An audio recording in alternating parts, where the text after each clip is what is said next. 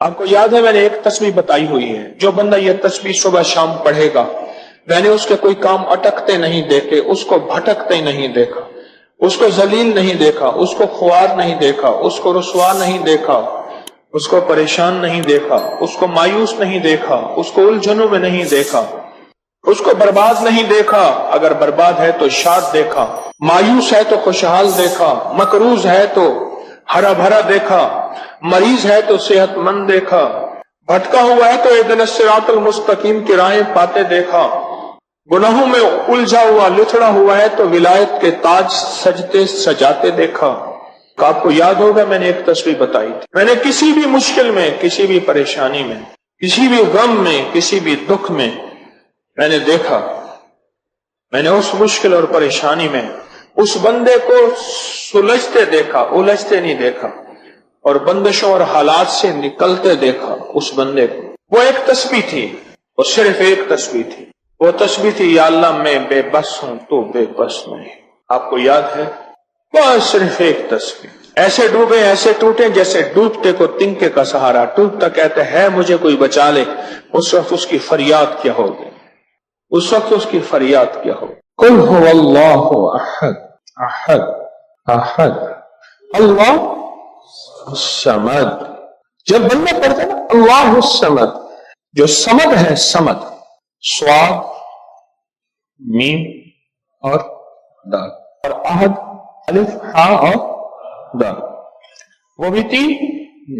جب بندہ پڑھتا ہے نا اللہ الصمد، تین فرشتے فوراً اسی کی طرف متوجہ ہوتے ہیں، اور اگر چوتھا آنا چاہتا ہے تو اس کو کہتے ہیں ابھی تیرا وقت نہیں، تیری ضرورت نہیں، چوتھا اسرائیل۔ یہ جو لفظ سمد ہے یہ عمر بڑھاتا ہے، یہ وقت بڑھاتا ہے، یہ دولت بڑھاتا ہے، یہ عزت بڑھاتا ہے، یہ طاقت اور شعور بڑھاتا ہے، یہ احساس اور ادراک بڑھاتا ہے، یہ زندگی کے دن رات کی روشنیاں بڑھاتا ہے اور کرنیں بڑھاتا ہے۔ یہ سمد وہ لفظ ہے جو زندگی کے دن رات بڑھاتا ہے، برکتوں کے دروازے کھولتا ہے، فیض اور کرم کے دروازے کھولتا ہے۔ یہ لفظ، یہ وہ لفظ ہے۔ تین فرشتے، جبرائیل، میکائیل، اسرافیل، بڑے فرشتے، یہ تین فرشتے جب صمد پڑھتا ہے اللہ الصمد، اے اللہ صمد کو بھیج دے، اللہ الصمد، اے اللہ صمد کو بھیج دے۔ صمد سے مراد وہ تین فرشتے جبرائیل، میکائیل اور اسرافیل، اے اللہ صمد کو بھیج دے۔ وہ تینوں فرشتے آ کے کہتے ہیں میرے رب کی محبتوں میں سے محبت چاہتا ہے، دولتوں میں سے دولتیں چاہتا ہے، تاجوں میں سے تاج چاہتا ہے، اقتداروں میں سے اقتدار چاہتا ہے، شان و شوکت میں سے شان و شوکت چاہتا ہے، ملک مال چاہتا ہے، صحت حکومت چاہتا ہے، اقتدار رحمت چاہتا ہے۔ بول چاہتا کیا ہے؟